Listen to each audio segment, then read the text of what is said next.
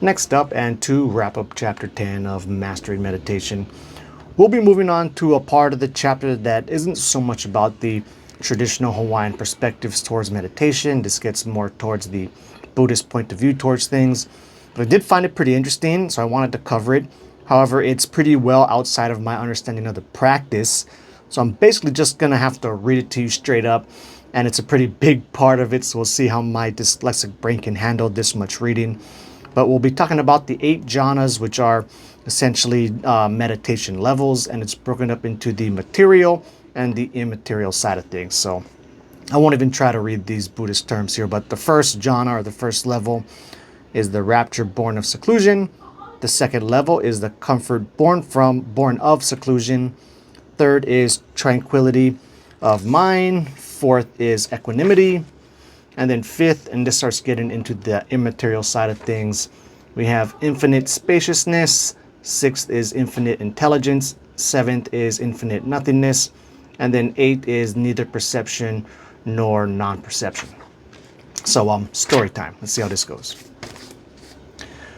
First, you begin with the material meditation of the breath. This is your HRV resonance practice. Control the breath for a little while to transition, to induce resonance, then let go and enjoy. The Buddha said to watch the effects of this practice on your body, which prompts you to pay attention to the 4 proofs. In these proofs, you are enjoying the experience of your own parasympathetic response. Out of this, the rapture and comfort of the first and second jhanas are born, the natural joy and comfort of the mind beginning to turn away from the noisy outside world.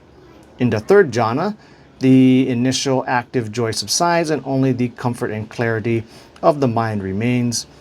Remaining in this tranquility and clarity of mind, the fourth jhana of equanimity arises. In this state, the clarity of mind has become subtle as the freeze response continues its work of washing away the outward sense of mind. The Buddhists say these material jhanas will allow you to gain access concentration. As a teacher, I dislike using the word concentration because it usually is associated with strain. If you strain, you are using the left brain and the sympathetic system. This is totally wrong, as you well know by now. This access they are talking about is the automatic clearing and clarity of the mind that takes place as the low idle state reflects back to the mind. It's a magical process, isn't it? It isn't forced or constructed, but rather is slowly revealed from within. Okay, so now moving on to the immaterial stuff. Buddhists tell us that the immaterial jhanas represent the next phase. As you keep on with the parasympathetic program, you enter into the domino effect. You begin to encounter the tranquil breath, freeze response, and the subtle roll-up of consciousness into the heart, then the throat, then the medulla, and then the top of the head. As the tranquil breath deepens, there's no more breath to follow. It doesn't disappear entirely, of course, but it becomes too long to notice. The freeze response also deepens, and there's no more biofeedback to track. The roll-up pulls you upward towards the sun of the brain, and there are no more troubles to weigh you down to the earthly story of your life. Now it's time to put your mind onto the infinite. It's time to embrace the immaterial.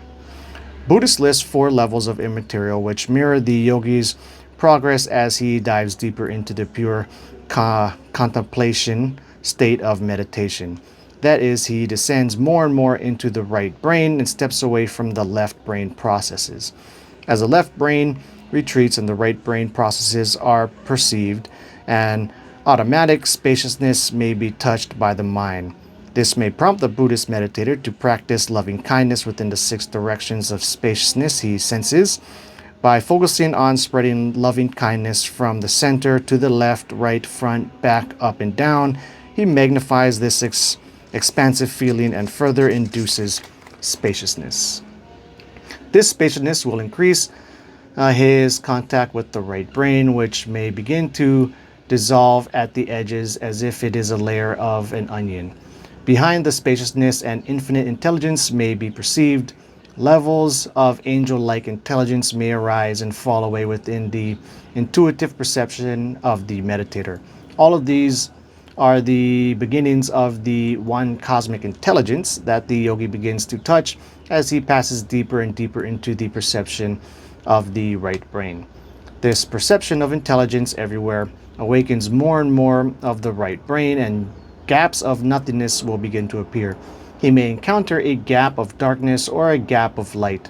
This indicates that he is entering into the next layer, past pure intelligence, into the contemplation of nothingness. The Buddhists say that this stage of neither perception nor non-perception is very dreamlike. The yogi may witness the rising and falling of partial thoughts in the subconscious.